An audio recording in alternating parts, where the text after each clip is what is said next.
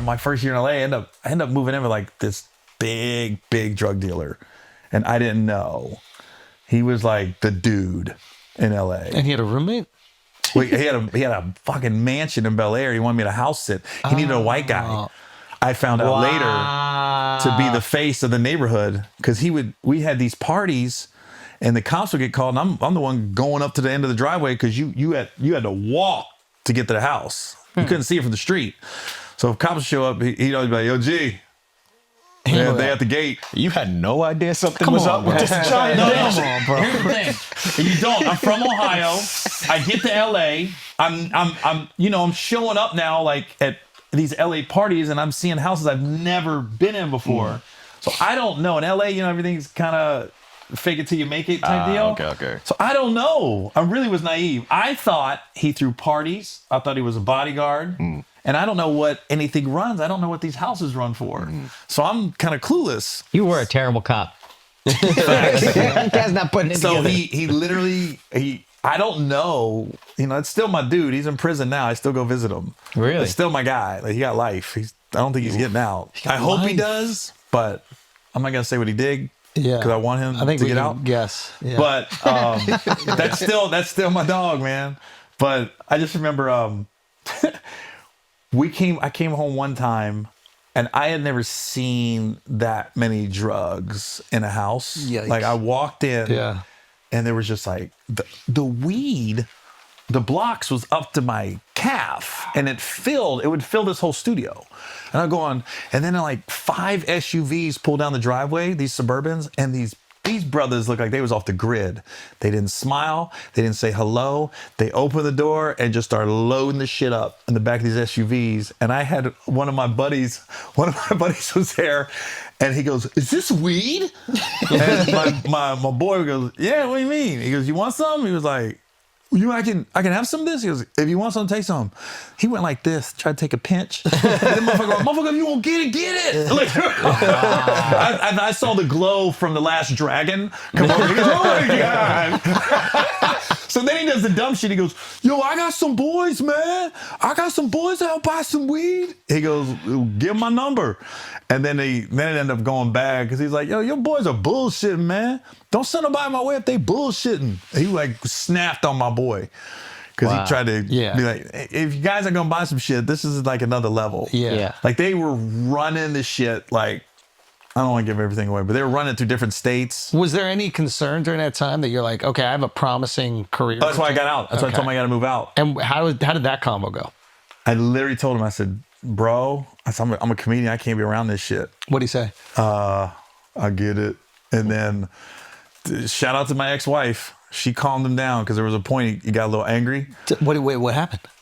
I'm going to leave that off the air. Okay, fair enough. But he got a little angry, and she had to go have lunch with him and calm him down. Be like, Gary loves you. Like, he would never do anything to you. So he was worried that like you could potentially snitch and then he would be fucked up. I don't know. I would be worried. I don't know. But Trust one white guy. But I'll tell you a cool All of a sudden story. you get life in prison the second he moves out of your house. Yeah.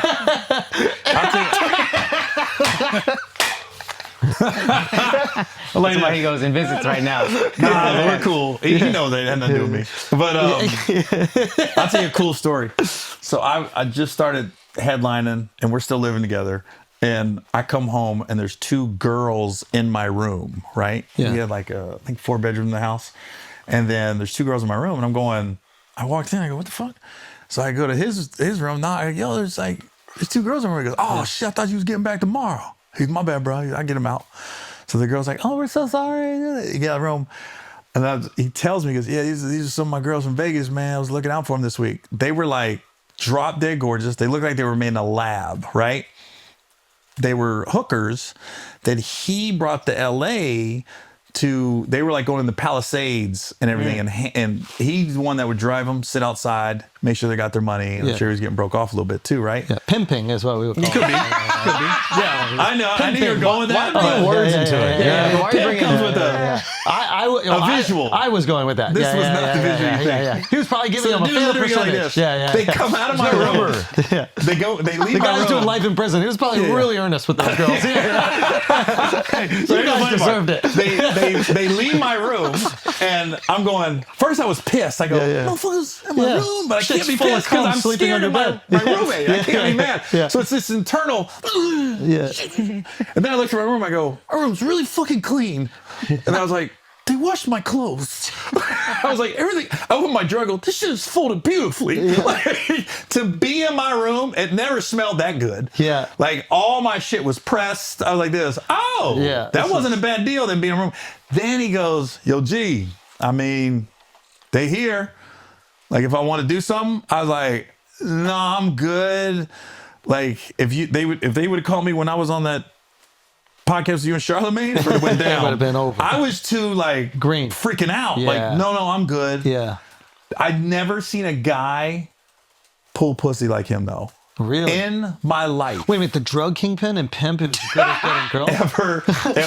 No, I'll give you an example. What world do we live in? Hold on. Crazy. Hold on. Gary, are you telling me the drug dealer kingpin pimp that has a mansion in Bel Air was good at I'm going to having sex tell with you women? Yeah. off the air some of the women, and you won't believe me. Oh, really? Yeah. Like famous that. girls. Wow. Just at the house. Say one name, we bleep it. Nope. But like I got the movie Held Up. Halle Berry. Why I was living with him. No. While I was living with him, I got the movie. Shit. I said no. But you said no, kind of yes. Make me feel good. Andrew. No. Definitely not. No. Anyways. Yeah. So I'm leaving the next day to go shoot Held Up. Mm-hmm. So he goes, yo, my boys come and pick him. This one, everybody had the Lincoln Navigators.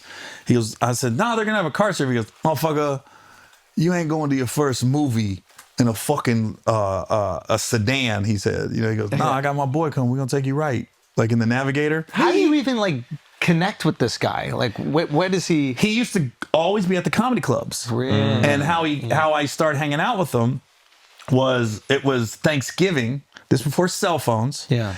I was doing all the black rooms in LA. Yeah. So Tuesday night was the Comedy Store. Monday night was the Improv. Sunday night was Laugh Factory. It's Monday night at the Improv. Mo Better. Mo Better Mondays. Mo Better Mondays. We're out front. Was that D-Ray wasn't hosting then. D-Ray wasn't even on the scene back then. This is like 98. Yeah. So I'm out front. Everybody's hanging out in the shit clothes. And he goes, yo, G, what you doing for Thanksgiving? I go, nothing. Just come by the house. I go, all right, what's the address? Just keep on this for cell phones too. Yeah. Writes the address down. Thursday comes, motherfucking Gary shows up in Compton to his mom's house. Wow. And I knocked on the door. The motherfucker answers the door and goes, you came? I was like, you invited me. On time? He just kept like staring at me. I was like, what the fuck are you staring at? He goes, yo, I never have no white boy in my house. I go, my boys wouldn't believe there's a white boy in my house right now. My mama's house? He was literally tripping that I showed up. You're like a celebrity. And I knew to hang with the women. Don't hang in the backyard with the dudes. Wait, Don't why? play domino. If you went with the women, you good. Tell me. What's the? Because if they vouch for you, we like him. He cool. They're gonna vouch for you quick. But the dudes are going to be more suspicious. They got a white guy who was a cop. Yeah, well, why you here? Yeah. I stayed in the kitchen all Test you a little Thanksgiving. bit more. Motherfucker, I was mixing sweet potato pie. I was putting cheese in the macaroni and cheese, bro. Got an apron on. I was in that bitch. I just fucking crushes pumpkin. I think I started crying when I ate it. Oh my God. Thank you so much. This is so flavorful. Okay, so But I got in good. That's what started the relationship. Yeah. I showed up and then he hired me. I thought he hired me to go to Utah to host this thing for Brian Russell. This is when the Jazz had Karl Malone, John Stockton. Yeah. So Brian Russell was playing for the Jazz at the time. So he was real cool with Brian, right? They knew each other from San Bernardino back in the day. Okay. So they said, yo, I'll never forget, they go, Casey and JoJo and Rolls Royce, we got a concert Brian's doing. Will you host it? I said, yeah. So they fly me out to Salt Lake. I go there. It's funny. Casey and JoJo doesn't show up. I just remember it was like a junior college gym and it's packed, but it was all fucking Samoan looking people. Oh, yeah. And I was like, oh, this ain't my audience. And I hadn't really been on TV at all. So I'm a no-name about to go up. Casey and JoJo didn't show up. They just like, they lied. They said they missed a flight. And then Brian goes, all right, I'm going to charter a private. Where you at? And they were and they were lying. They just Wow. weren't going to show up. Fuck. And so the concert got canceled. Yeah.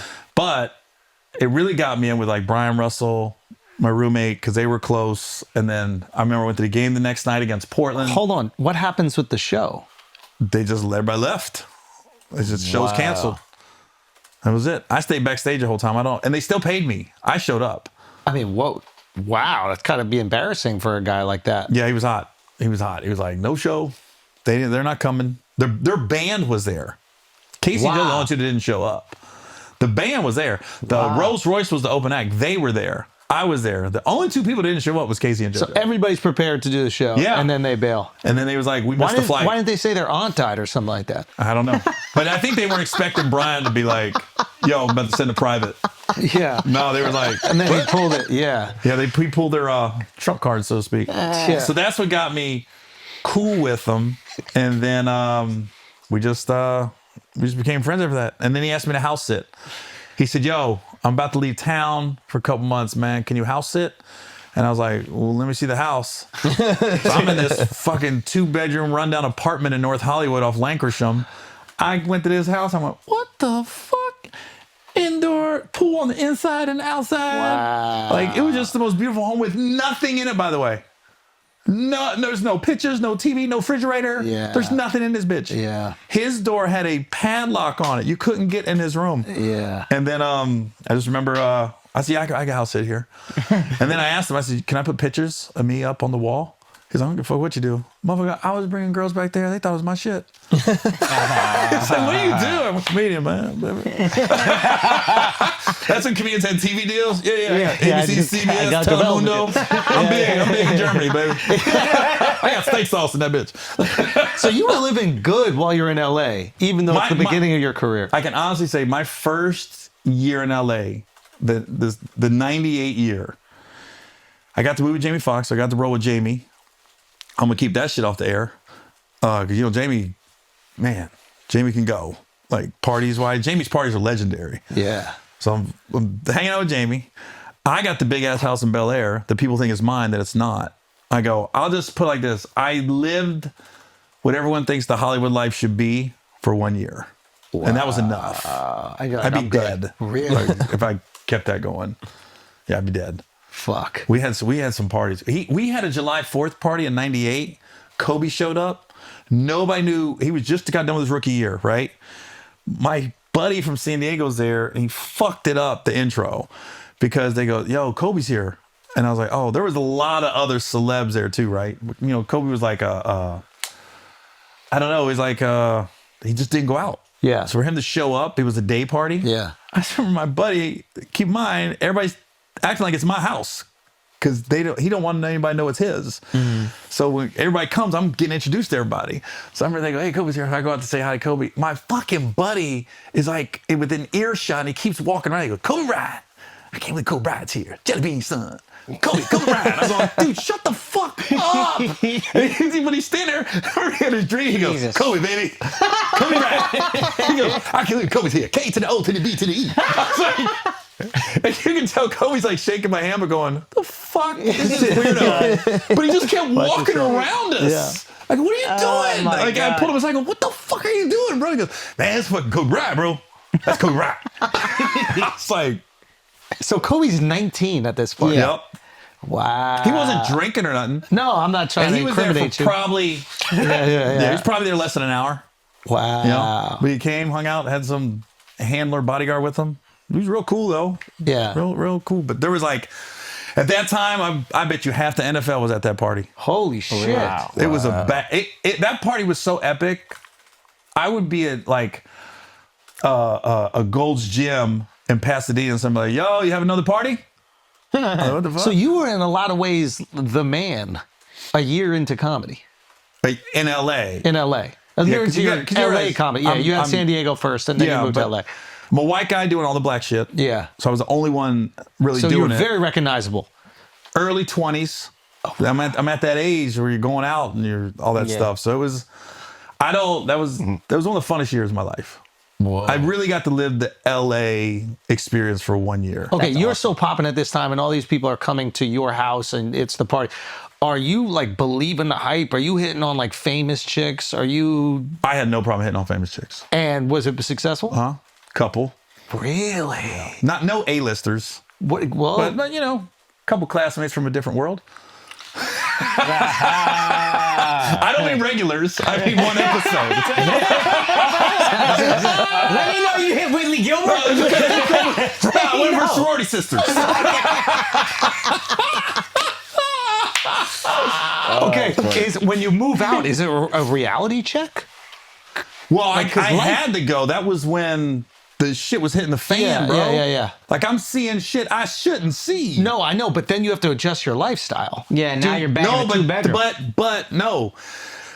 This all happened like over the course of 6-7 months. So in that 6-7 months, I got the hosting job on BET. So I'm on TV now. But your new house doesn't look like that, I imagine. No, so there has not- to be an adjustment period, and like, are all these people that were, kind of, living the good life around you, then they see your new house, are they looking at you differently? Do they think? No, I don't think it was like that. I was like, I ended up moving in with my ex, and she had so she had now a nice you're- little. It was complete opposite.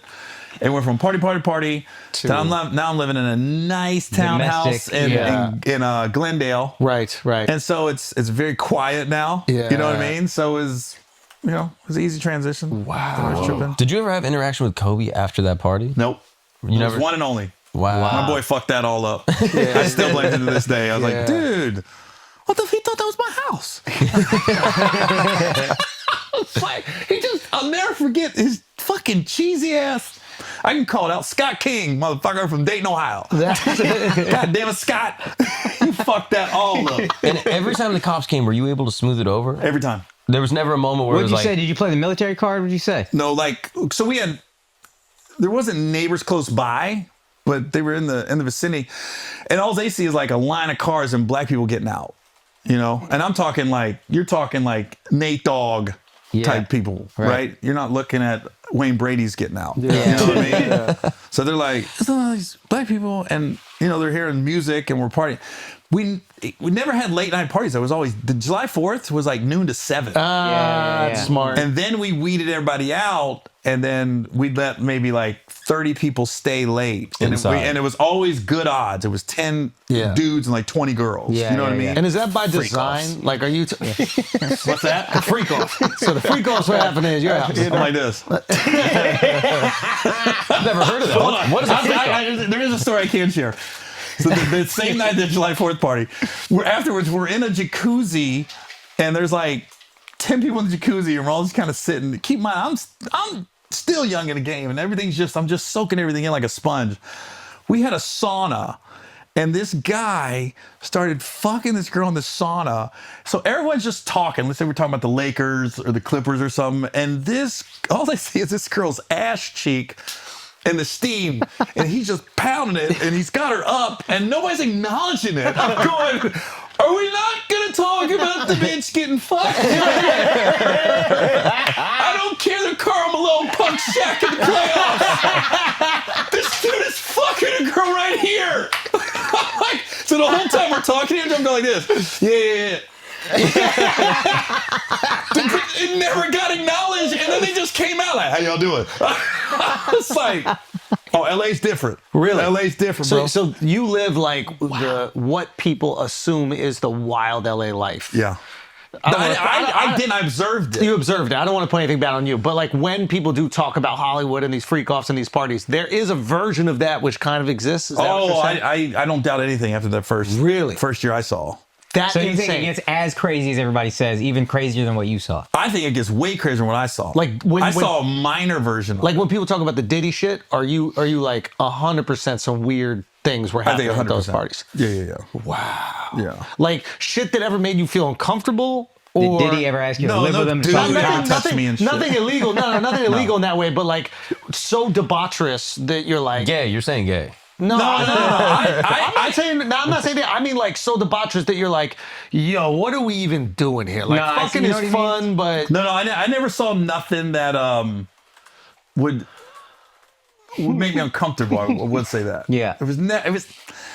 I never saw no gay shit. Even You know what after I mean? that 1 year, did you ever like? Because you're in the industry, You're Think Like a Man, massive hit. Think Like a Man 2 yeah. comes out. Are you getting invited to any of that shit that you're like, yo, this is weird and I don't feel comfortable Were you with at the what I'm freak seeing? off? No, I never went there. No, You freak meet off. Harvey Weinstein in a hotel room. No. None of that. That first year was the most I'd seen To probably this in day. my life to this Okay. day. Okay. Okay. And it was honestly, it was the age I was at. It was the time, that time in LA. Yeah. You know what I mean? And it was just the stars aligned, so to speak. Like everything was happening. I got the hosting job on Comic View. I'm a white guy on a black show.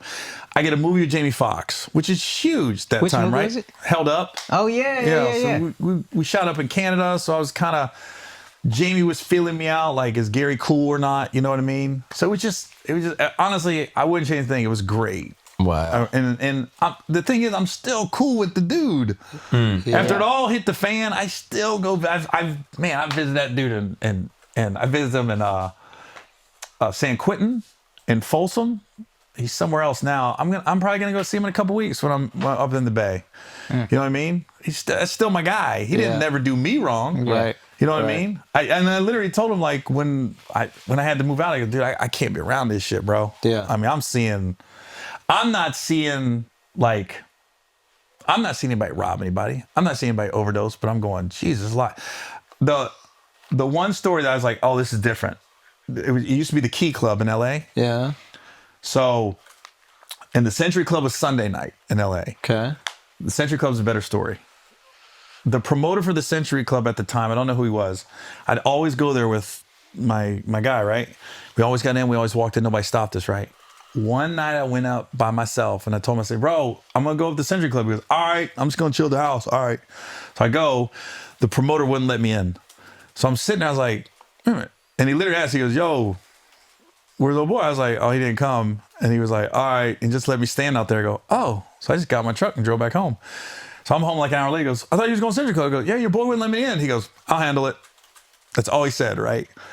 That July 4th party, right? He goes, G, come here. I said, what? He's got the dude in the closet at the house. Holy So he shit. opens the closet and the dude's there and he goes, hey, tell me what the fuck happened. And I was like, I don't know what you're talking about. He goes, did you go to Century Club? I said, yeah, he goes, so the guy's like in the closet and he goes, yo, you let my boy in when he's with me, when he's not with me. He goes, he's me, blah, blah, blah. And I'm going, what the fuck is about to happen? And I go, hey, man, I think it was just a misunderstanding. When I said that fucking promoter goes, that's all it was, misunderstanding. I was like, wait a minute. Why is this motherfucker in the closet? And he's like this. Hold on. I was like, well, this is some different shit. You know what I mean? Motherfucker, don't you ever stop my boy. Right? I was like, Crazy whoa. shit. We went to the Key Club one time on Sunset. That's so dope. This stresses me out. All of this gives me so much anxiety. So we went to the Key Club one night in LA and we usually just walked in. And this one big old redheaded white bouncer grabbed him by the arm. I and was like, you let people know when someone's white. listen,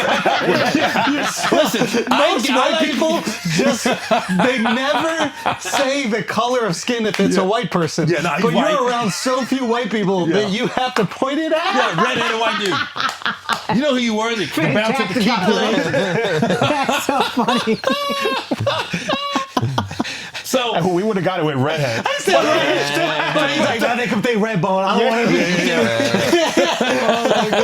Go on. he grabbed him by the arm. Did nothing wrong. Like, if it's your first day at the nightclub, Yeah. you're supposed to stop people from walking in. Yeah. Motherfucker. He grabbed him and he was like, all of a sudden he freaked out. Like he looked at him and he was going to his car. And I was like, oh shit. Is he about to grab something? Yeah, You know? yeah. So I'm following him down Sunset. I'm going, bro, it ain't that serious. He goes, no, fuck that shit. Nobody stopping me, bitch. I was like, oh, what the fuck's about to happen, right? We come back. The promoter for the Key Club of the night is now following him. He goes, bro, he ain't know. And then he goes, him or me? The motherfucker went back and goes, you're fired. Wow. Fired the bouncer. Like that. Wow. The bouncer was like, what the fuck I do? Bouncer got lucky, to be honest with you. That he Honestly, just got fired. Yeah. So this was a real dude. That's crazy. No, this motherfucker was no joke, bro. I'm giving you like the PG version. Yeah, what do you think you got life in prison for? Yeah, of course, but Yeah. still, I mean, here's I'm not the saying stories. his name for a reason. I don't want to say. Yeah, I don't even wanna know. I don't want to know Yeah. anything. Yeah, that's my dog. Yeah. But off air, I'll pull him up. I'll show you. Yeah. I mean, what a And he was a fucking big life. dude too. He was like 6'7". He wasn't a small dude. Does life get more boring after that for you? Like you get married, you have a family, which is not boring at all. Obviously, it's incredible. But like you're living this insane movie for about 6 or 7 months. Yeah. And then you go to have a very kind of traditional home. You're on the road. You have success. Like, what is happening in your brain at that point in time? Are you like less anxious? Like you must be a little nervous. You're living with a drug dealer. He's throwing parties, Well, when I pimping saw girls, and doing he your got laundry. locked up, I go, yeah, it was a good move. That was yeah. It was a good move getting out of there. Getting out of there because you could have got caught up in like a RICO, right? I don't know. Or know. what is it called when you're aware of what's going on? You're Aiding and abetting or something. Yeah, I was purposely not asking questions. And I Yeah. think that's why he hung out with me. I never asked a fucking word. So it's just bro. like, yo, let's have fun. We're hanging Yo, out. I don't wanna- but I will say, I never paid for a drink. I never had no problem getting into clubs. And if anybody's like, will watch this and be like, Gary bullshitting, if you know who I'm talking about, yo, the motherfuckers know. do you think that played a part in your acceptance in the community outside of just in LA specifically? Oh, 100%. I was with the guy. So you're with the guy, and it's like you're this white dude that you're in the black comedy circles, but which at some point in time when you start to get success, there might be like some pushback. I'm sure you've experienced that in your career. Like you've had massive success as a white dude in black comedy. But do you think at that point in time it was like, nah, he's cool, he's with him. There was this cosign. Do you think that was helpful in the beginning? I think in LA, it just got me into rooms. Like people was like, you know what I mean? Do you know Scroncho? Yeah. Okay, Scroncho knows who I'm talking about. Yeah. Scroncho like was running the same group with him, right? Scroncho one night accused me of stealing one of his jokes. Have you seen my act and Scroncho's act? okay. It's literally like Bill Maher said I'm trying to steal politically incorrect or some shit. So Scroncho was being cool. Yeah. Scroncho was not being an asshole. We're outside the improv and he was like, yo, G, my boy said you took something. I go, what? Here's what they said I took. Scroncho used to bring somebody on stage or something for a bit. And then one night I'm messing around. I brought somebody on stage. But it wasn't planned. You're just kind of riffing it. Yeah. And Scroncho knew. And this is not an indictment on Scroncho. He was cool as fuck. We was outside, we're talking, but his boys was like, motherfucker, he stole your shit. They're hyping him up. They're like hyping him up to hit me, right? I go back. Scroncho can go too. Hold on. That's not a guy. Yeah. I go back and tell my guy. I said, yo, fucking Scroncho and his boys, man. He goes, huh? I'll handle it. Oh, Jesus. We see Scroncho. I'll handle it. Yo, That's we see the scariest shit. Yo, we see Scroncho the next Tuesday. We see him at the Comedy Store. Scroncho pulls me aside. My boy sees Scroncho and the same dudes. Yeah. Pulls him aside and told Scroncho, man, hey, somebody say Gary stole your shit? And Scroncho like, nah, he was misunderstanding. Motherfucker said this, and you know, it ain't like that. He goes, all right. And he looked at his boys. He was like, he looked at the boy. He goes, you never speak to him again. And you got to say, Gary, you say to me. And they was like, all right. I was like, what the fuck? Yeah, that's crazy. You know? He was like, don't you ever speak to him again. Whatever you say to him, you say to me. What happened? Like, how do you guys think you developed that relationship? He really seems to care for you. He really seems to look out for you. Facts. And where does that come from? He just said, I don't know. He always said like, I never asked questions. I never. Do you I don't think know. that you're like the one person in his life that just made him feel like a regular guy? Maybe. He's this incredibly powerful, feared human being from the stories you tell me. Right. And you got to carry that weight every single interaction you have. Like, he doesn't get let into a club. He has to make it known that you can't do that to a person like him. Not him. And at every point in time, I imagine he's thinking about like how he exists within the hierarchy of humans he's around. That bouncer gets fired, that gets sent around, hey, don't mess with this guy. It's constantly, don't mess with this guy. And then when he's hanging out with you, maybe he feels like he can kind of let that ego go a little bit. But he used to love the comedy clubs, bro. He was there But every outside night. of the comedy clubs, I'm Yeah. trying to understand like why he's so protective of you and why you become a representation Yeah. of him. When I you don't guys know. were hanging, just the two of you, were you making him laugh? Like, were you cracking him up? Yeah. Like, he was silly when it was just y'all. Yeah. Was he also joking around? Did you see a different side of Yeah, I him? saw a different side of him. And what was that side? I don't know. I saw him. He kind of let his guard down. one Yeah. day. Yeah. And what is it about you that allows him to do that? Does he, I don't know. It's a weird thing. It was like complete opposites, just hanging out. Like I wonder if Like, here's yeah. a funny story. I came in one time and he was in my room and he was asleep on the bed, but he had the gun in his hand, right? So he's sleeping like this, and I'm doing this. I'm trying to go, hey! No! I'm trying to wake him up and not get shot. No! My God! I'm yelling his name. Yeah! And then he wakes up and he goes, what the fuck you doing? I was like, dude, you got a fucking gun in your hand. I don't want you to wake up and fucking it goes off. And then he looks at me like, well, look at safety on. She's like, but I don't know. Yeah, of course. I'm not around that world. I was like, yo, Yeah. my guy. Yeah. Were you ever, like, careful making jokes around him? Because I'm sure with everyone, you're, like, ribbing people, you know, roasting, whatever. But with I never him, roasted him. Were you intentional about that? Like, oh, I don't want to cross a line with this guy. Yeah, not intentional. I just didn't feel the need. Yeah. You know, I didn't feel the need. Yeah, that would. Yeah. Why are you so comfortable in that kind of environment? Like, growing up in Ohio. You don't know any better. You're You're naive. I just got to LA, bro. Yeah. He's like really taking care of me. Like Yeah. as far as like, you know, I'm getting into spots. I'm in the mix. You know, he had money, so I was never paying for shit. Right. You know what I I mean? wonder if you being an outsider, not just you being a white guy, but you just not being involved in his world at all, allows him to let the guard down. Because if he's like getting vulnerable and telling some random person in his crew things that make him nervous or he's afraid of, that starts to go around, and then all of a sudden people start to think, yo, he's actually scared, or he's vulnerable. this, he's vulnerable. But with you, you're this outsider. Yeah. It's like you almost get to be like the Tony Soprano's therapist. Yeah. Yeah. He doesn't have to Maybe. prove he's hard with He you. doesn't have to constantly prove he's hard all the time, which is probably like a very relaxing moment in someone's I life. didn't think about that.